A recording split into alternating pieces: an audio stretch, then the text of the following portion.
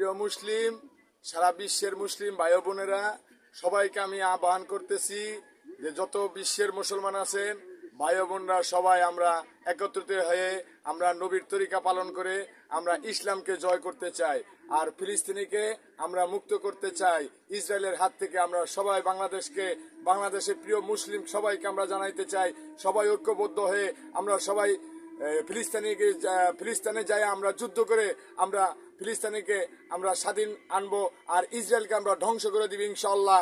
এই আমরা প্রতিজ্ঞা নিয়ে বিশ্ব নবীর তরিকার জন্য আমরা সবাই পরিস্থিতি নেওয়ার জন্য আমরা সবাই ঐক্যজোট করতেছি। যে আমার কথায় শুধু একমাত্র মুসলিমকে বাঁচানোর জন্য যে থাকবেন সে আমাকে শুধু একটা লাইক দিয়ে আমাকে জানাইবেন। মুসলিম কান্ট্রি